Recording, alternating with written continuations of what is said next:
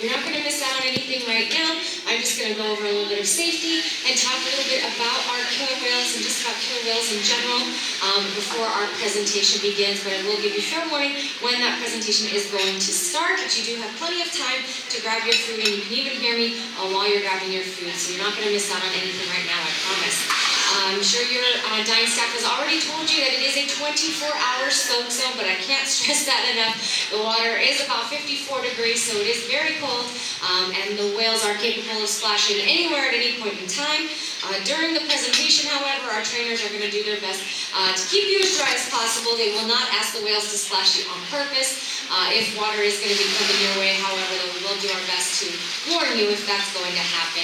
The water can sometimes come down by our feet, so if you have any bags or any personal belongings down on the ground, it's best to kind of put them on the backs of your chairs or on an empty table to keep them from getting wet. You're more than welcome to take as many photos or videos as you'd like. We do just ask that please make sure that all personal belongings and hands are staying on our side of those acrylic panels throughout your Dine experience. You don't want any loose objects or anything accidentally falling onto the whale's side of the pool. So if anything does accidentally fall over though, however, please make sure you let a team member know so we can retrieve that item as soon as possible. And if you have any questions at all at any point in time during your Dine, please do not hesitate to ask. This is your experience today. We want to make sure that you get your questions answered. So again, my name is Stephanie. Feel free to ask any questions you may have. Now, here at SeaWorld San Diego, we are home to 10 killer whales. We have 5 males and 5 females. And we have 3 of our boys joining us here in this pool right now. So of our 5 males that we have our largest killer whale who just popped up right here in front of me, Ulises, who weighs just under 10,000 pounds. So just to give you an idea of how incredibly large these animals are. Yes, 10,000 pounds, just about there. So that is our largest killer whale out of our 10. There he is in the back. That's Ulises. He also lives here with Ika, or we call him Ike for short, is his little nickname. Keet, who's right there in the middle of the pool. Nakai and Makani, who is the smallest one in this pool right now. Pretty easy to spot him. He's going to be turning 6 years old this February. He was actually born on Valentine's Day. Isn't that adorable? So he's one of our younger ones. Not our youngest, though. So those are our 5 boys. And then our 5 females that we have here, we have our oldest killer whale at about 54 years old, and that is the legendary Corky. Also joining Corky, we have Orchid, who was the first killer whale born here at SeaWorld San Diego in 1988. Joined with her are her friends Shouka, Kalia, and Amaya, who is our youngest killer whale, who just celebrated her 4th birthday yesterday right here at SeaWorld. So that's kind of the age ranges as well. So we'll go all the way up to 54 and then kind of everything in between. Okay. So those are the 10 killer whales that we have here at SeaWorld San Diego. And I'm going to talk to you a little bit about some of the common questions that we get asked here about our whales. So first off, people always want to know is, well, especially when you're sitting here looking at one pool, is where are they, right? We have 5 pools that make up this entire stadium and this entire area, and this is just one of the 5 pools, and they're all connected with different channels. So the rest of them are kind of all behind us, and you'll see the other ones when you catch our orca encounter. That's going to be at 2:30. Don't want to miss it. It is the only showtime for today, so you definitely want to catch that after you're done eating your meals. Perfect time. You're just right here, ready to go. You can catch the show right after. That's going to be in the stadium right behind us, and you'll see that main show pool right there, and then all the other ones are right back there. So that's where some of the other guys are swimming right now. And this is salt water. Now here at SeaWorld San Diego, we're actually one of the only facilities in the United States that gets our salt water straight from the ocean, which is pretty cool. So we can actually pump it in right here from Mission Bay. It goes through a pretty extensive filtration system, so it's nice and clean and healthy for our animal before we put it onto exhibit. And then we do our part to hopefully help the environment by recycling it back out into the bay. And when it goes back out there, it's actually about 80% cleaner than when it came in. So It's doing its part by helping, providing us with all this amazing salt water, and hopefully we're doing our part by putting that clean water back out into the bay. So it is salt water, and as I mentioned before, it's about 54 degrees. If you want to know what that feels like, then sit in the scope zone during our work encounter, and you can feel that cold, icy cold water. Now another common question we get asked is, how do you tell the whales apart, right? They're killer whales, and when one's 4,000 pounds and one's 5,000 pounds, it's pretty difficult to tell them apart. So when you spend each and every day with them, as we as trainers do, you definitely tend to see a lot of differences between them. As guests, you only see them for a little bit at a time, so it's a little bit more challenging, but they do have very different physical characteristics from one another. Even just looking at the three in this pool, you can actually be able to identify them, and by the end of your dine, you'll be able to point the three of them out, and I'll point out a few of their physical characteristics. Ulises, as I mentioned, he's our largest, right? So he's the biggest one here in this pool, and if you think about it, right next to Makani, who's kind of in the middle, he's got the fun little toy right on his head right there. He's also a playful one, right? He's 5 years old, acts very much like a 5-year-old, so you might catch him playing with his toys out there, which we'll talk about in a minute. Just the size comparison like that is one way to tell them apart. But watch when Ulises comes up. You'll notice his dorsal fin, the fin on his back, has kind of a U shape to it. It curves over a little bit. Whereas Keet, if you see right here in the middle of the pool, his dorsal fin curves all the way over, right? So big difference between the two curves. So that's one way to tell them apart is by looking at that dorsal fin, where some of them might stand straight up, some of them might have a little bit of a wiggle to them, or some of them might have just a slight curvature. There's a lot of different dorsal fins out there, whether it's here at SeaWorld or out in the wild. You'll see different shapes, different sizes, and we'll talk a little bit more about why that is in just a moment. Also different markings that they have on their bodies. One of the ones I always love to point out, Kalia, one of our females. If you look at their white eye patches on the sides of their heads, she's actually one of our only killer whales. She has 3 black freckles in one of her white eye patches. It's kind of a pretty little beauty mark that she has that differentiates her from our other whales. So it's just little differences like that that we can see in killer whales that allows us to tell them apart. And they really do have different personalities as well. That takes a while building that relationship with them to see those different personalities, and that is another way to tell them apart as well. So those dorsal fins, as I mentioned, sometimes you might see them curve over. Why is that? Well, what we do know about a killer whale's dorsal fin is that there is no bone inside of there. There is no muscle inside of there. And it is a very large structure. A male's dorsal fin can actually reach lengths of up to 6 feet. It's bigger than me. It's almost 5'3" over here. So a structure that size with no bone and no muscle to support it, over time, if it's up in the surface, spending a lot of time out of the water, gravity's going to do its job and pull it down over time. Not always. Corky, as I mentioned, our oldest killer whale here at 54 years old, she's got a pretty tall dorsal fin that stands straight up.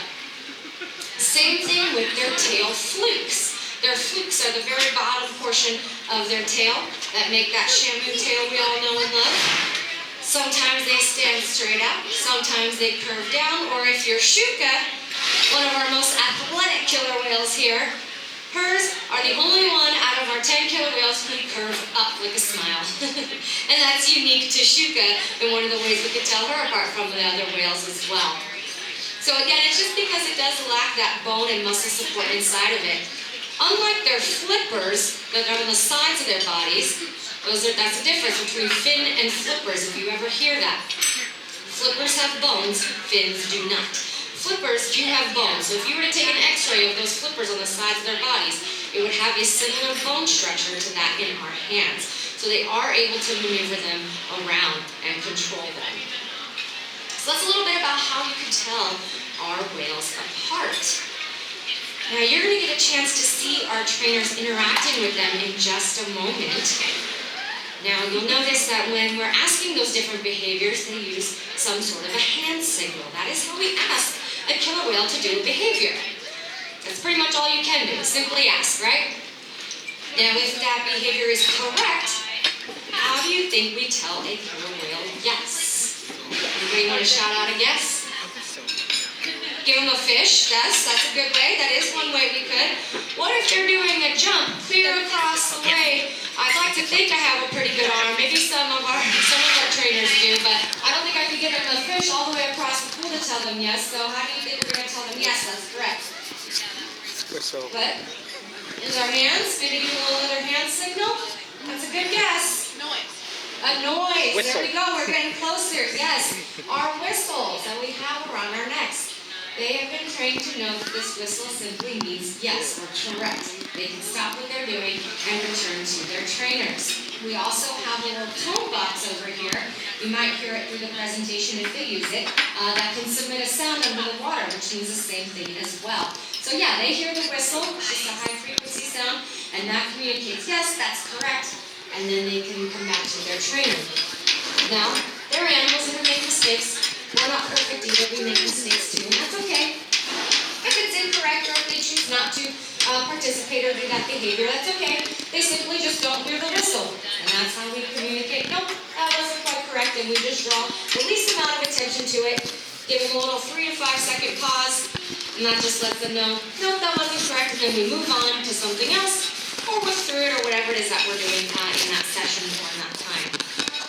We're doing lots of different sessions throughout the day with our killer whales. It's not always a Dine presentation or an orca encounter. As I mentioned, we've got 10 killer whales, right? And we want to make sure that their day is mentally stimulating. That's the most important part of our jobs as trainers, is making sure that they have a mentally stimulating day, making sure that their day is variable. Because if they did the same thing every single day, that'd be pretty boring, right? So toys are a fun way to make that happen, like Makani's playing with right here. We've got a fun one across the way I always like to mention. It's like a piñata. You can see that blue ball hanging. It's got holes in the bottom. We can fill it with a bunch of fun treats like fish, ice, jello, snow. The ice, the snow, and the jello, as I did mention. Yes, I said jello. No sugar, no flavor. It's more of a texture thing with the ice and the snow and the jello for them that they seem to enjoy. We can fill it up with that, and they've learned that if they bump it and hit it, they can, all that fun stuff will fall out of it. So lots of toys that we could play with them throughout the day. Play is an important part of their day. Exercise is another type of session. So if you ever catch a presentation where there's a lot of high energy behaviors, maybe a lot of jumps, a lot of fast swimming around the pool, probably exercising the animals at that time, because that's important to monitor their weight, making sure they're healthy, and exercise is going to be the way to do that. Husbandry is another really important thing for us to train, and husbandry basically has to do with any behaviors relating to their health care and their own health and well-being. So whether that's training them to open their mouths so we can look at their teeth, training them to exhale from their blowhole so we can get a breath sample, making sure their lungs are healthy, training them to roll over or line up so we can get ultrasounds, looking at making sure everything inside's looking healthy, or presenting their tail flukes. That's how our veterinarians get a blood sample. Pretty much all those same things that you would go to a doctor and maybe get a checkup to look at. We want to train our animals those same behaviors so that way they're comfortable in participating in their own health care. So those are some of the other behaviors that we can train with our animals as well. It's not always just those fun show and presentation behaviors that you might see. Building a relationship with these animals is extremely important. And one of the first steps as a newer trainer, especially like myself, I've actually only been over here for just a couple of weeks coming from doing the sea lion and otter show. So for me, being a newer trainer and getting to know these whales, just kind of hanging out with them. Not really asking a whole lot of behaviors, just kind of spending time with them, being poolside, having fun with them, maybe playing with them, knowing what their likes are from the trainers that have worked with them, really reinforcing them and just kind of hanging out, letting them get to know me. That's really important as a newer trainer as well, versus someone who has worked with this animal for, let's say, 15, 20 plus years. They have that relationship established with them already. So relationship building is really important throughout our day as well. So there are lots of different types of sessions that we actually do throughout the day, besides just our dines and our orca encounter, which again, help keep their day variable. Now, of course, everybody always wants to know, how do you train? A killer whale, right? You guys are going to see some pretty impressive behaviors. So I'll just kind of give you a quick little overview of some training. Now, behaviors are, how long it takes to train a behavior is dependent on the animal. Some animals learn quicker than others. And it depends on what you're training. So some behaviors might take months, might take even years, or there might just be some behaviors that a particular animal just might not quite get. That's okay. But it's all going to start with them simply responding to what we call a target pull, which is that long white stick with a white buoy at the end. Kind of looks like a Q-tip, but it's not. And once they learn to respond by touching just their end of their mouth to that target pull, then we can move that target pull around and shape the different behaviors. All right, it looks like our trainers are ready to get the presentation started. So if you're grabbing food, you want to start making your way over to your table.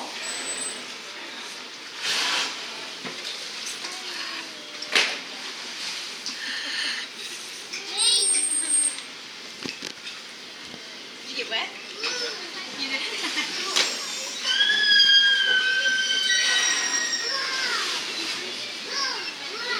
All right, so once again, we have Ulises right over here to my right. We've got Makani all the way on the left, and we've got Keet right in the middle. Oh, just kidding. They switched on me. We've got Uli in the middle. Keet over here on my right, and Makani over there on the far left.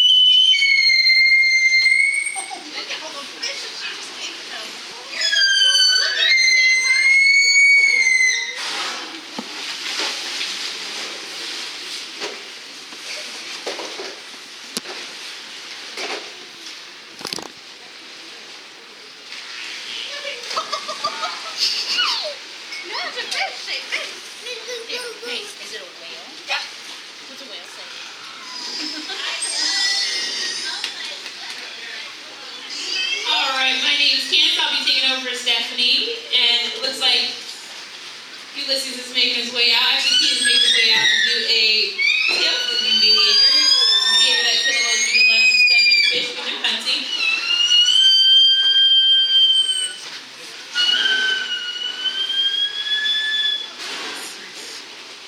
Now, Connie was making vocals just a moment ago. He's making his way across to the other side of the pool. Those vocals that he's making is coming directly out of this blowhole. He's able to manipulate the muscular flash within his blowhole to make those different sounds. And not only can make those sounds topside, they do also make different sounds under the water.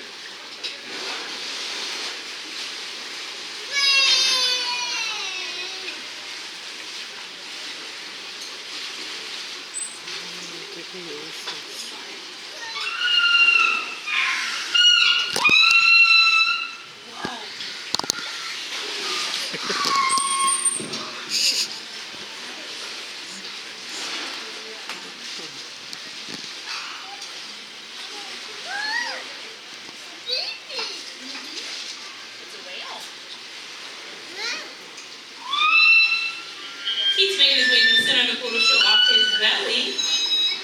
Now that black and white coloration helps them blend with their surroundings. That white belly helps them blend in when their prey is looking at them from the bottom up and the sun shining down to the water. That white belly helps them blend in with those surroundings. Now Keet did do the incorrect behavior, so when he returns to his stream, he's going to get a 3-second pause. And move on. Makani in the slide out. Makani is our smallest male. He's 5 years old. He was born on Valentine's Day. He lives here with his older sister Kalia, who's 13 years old. His older brother Nakai, who's 17. And he also lives here with his niece Amaya, who just turned 4 years old yesterday.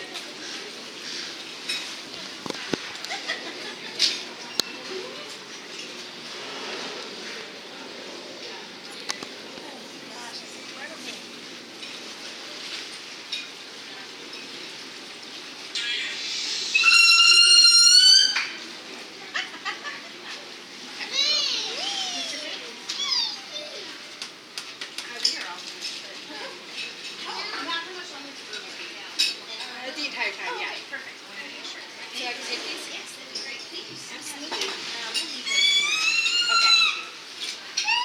It is like a piece of ice. I see. Now, if you ever wonder how we communicate with the whales, we communicate with them by using hand signals. Each of the hand signals, they are paired with different behaviors that we have trained. And when the whales do the correct behavior, we all have whistles around our necks that we can blow to communicate to the whales they've done a good job. We also have an underwater sound I can play for the whales that communicates to them the same thing as the whistle. One of the yellow box in my hand right now has several buttons on it. One of them means the same thing as the whistle that's around my neck. And then I also have some other sounds that are paired with behaviors just the same as the hand signals are. So if any of the whales are on the other side of the pool or underwater doing one behavior, I can tell them to do a different one by pressing the button on this tongue box.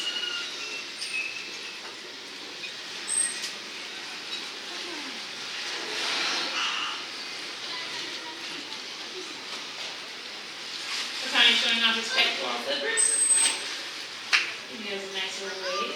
Ulises is making his way over here to the slide out. This area right here. He is our largest whale, so he can create quite a splash. You guys just watch out when he comes up onto the step right here. Ulises is our largest whale and our largest male. He's over 40 years old.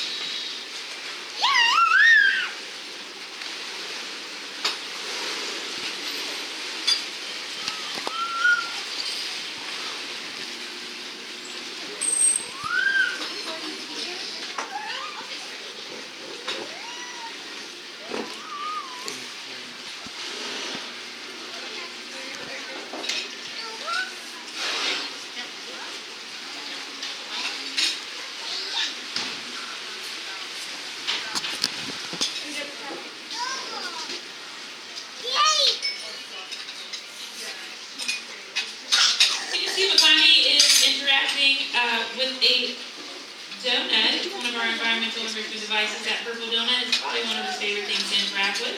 He'll do it on his free time, and right now he's interacting with it with his trainer. Hey, run in there and get some food for him too.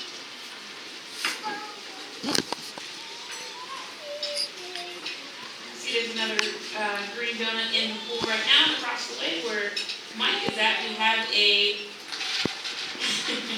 a tether ball that we filled up with ice in the whale's spy house out of the water and knocked the ice out. And they ingest it. They do like different forms of ice. Some of the whales like the ice cubes you guys find in your drinks. Some of the other whales like shaved ice, big ice blocks. You saw that Vicki was using big ice blocks with Ulises. So we give them different things for reinforcement besides their primary reinforcement, which is their fish. Now they get all their hydration from the fish that they eat. So the ice is just an additional thing we can give them for reinforcement and hydration. Connie's making his way around the pool with that purple donut on his head. See if he brings it back with him. Leave it.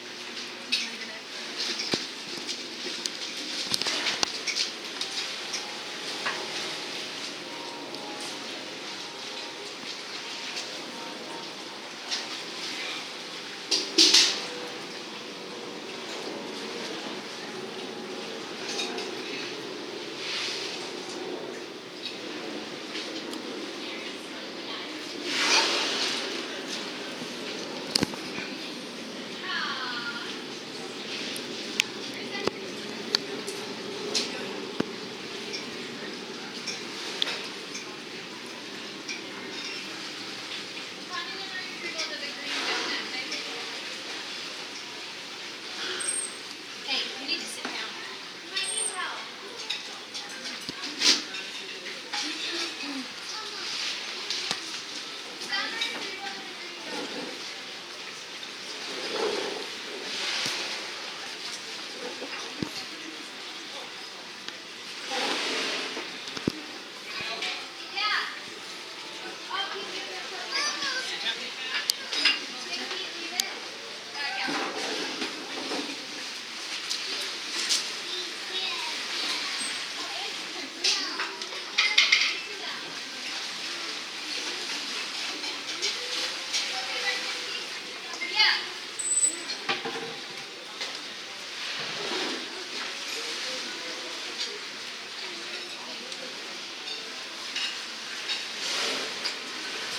So you guys got to see Keet retrieve one of our toys out of the pool, and Amaya did that same thing as well. We train our whales to get different things out of the pool, because sometimes things do end up in the pool, and you want them to grab them out. So the toys are very helpful in utilizing and training them to retrieve different objects from the pool. And it also is fun for them, because we'll throw the toys back in and play with the toys with them.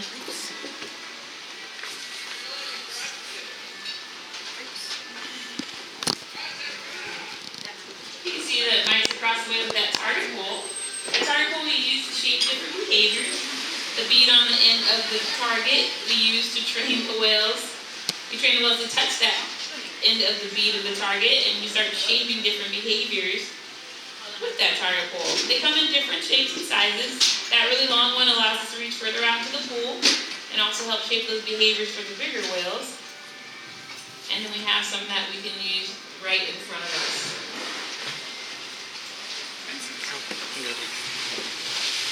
Alright, Connie's on his way to the other side of the pool.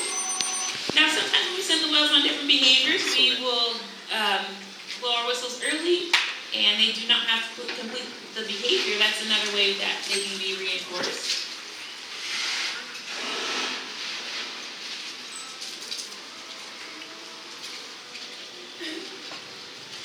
Ulises is getting a rub down across the way.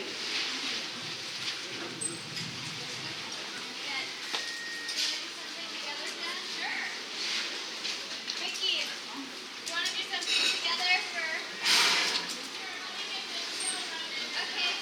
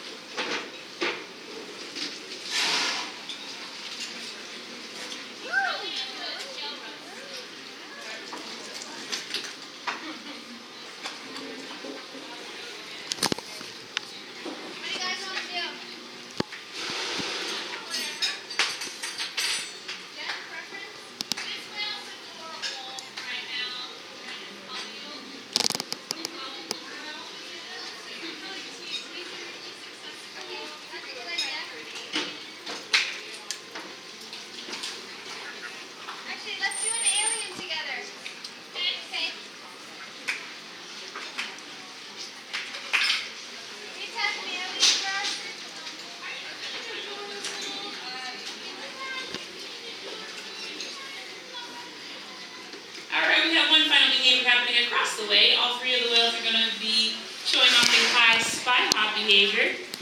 Looks like we're down to 2. So Makani and Keet are going to be showing off a high alien across the way.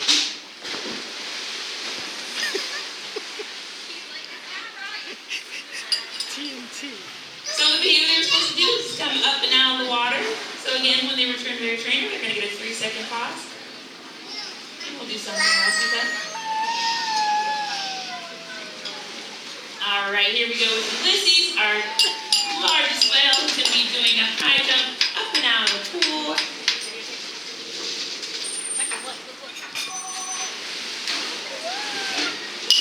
And he also got an early bridge as well, so he did a nice little fork out of the water, which is a behavior that killer whales will do when they're swimming in waves in the ocean.